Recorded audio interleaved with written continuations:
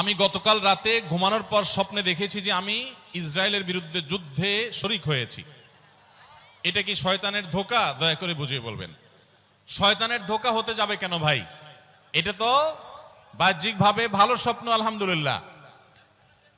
অভিশপ্ত ইহুদিরা যেখানে আমাদের প্রথম কেবলা মসজিদে আকসা, সেই আমাদের দ্বিতীয় কেবলা, আমাদের অপর কেবলা, নবী করিম সাল্লাল্লাহু আলাইহি সাল্লাম যে কেবলার দিকে ফিরিয়ে মদিনায় এসে অনেক মাস সালাত আদায় করেছেন, সেই কেবলার দিকে, সেই কেবলার উপর তারা জুলুম করছে, সেটাকে দখল করে আছে। মসজিদে আকসার উপরে তারা অত্যাচার করছে, অবিচার করছে, ফিলিস্তিনের মানুষদের উপরে নির্বিচারে গণহত্যা চালাচ্ছে।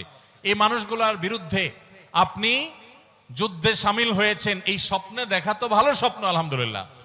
আমরা আমাদের সাধ্য অনুযায়ী অবশ্যই এই অনাচার, এই জুলুমের বিরুদ্ধে আমাদের সাধ্য অনুযায়ী আমরা প্রত্যেকটা মানুষ অবস্থান নেওয়ার চেষ্টা করব।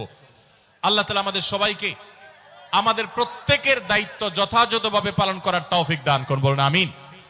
ভাইরা আমার, মজলুম ফিলিস্তিনি ভাই বোনদের জন্য আর কিছু না পারেন, ইসরায়েলিদের, ইহুদিদের যে পণ্যগুলো আমাদের মুদি দোকানে, আমাদের বাসা বাড়িতে, ঘরে বাড়িতে ভরপুর, সেই জিনিসগুলো আমরা আর কিনবো না, নিজের টাকায় তাদের পণ্য কিনবো না। ঠিক আছে তো ইনশাআল্লাহ? আল্লাহ আমাদের তৌফিক দান করুন।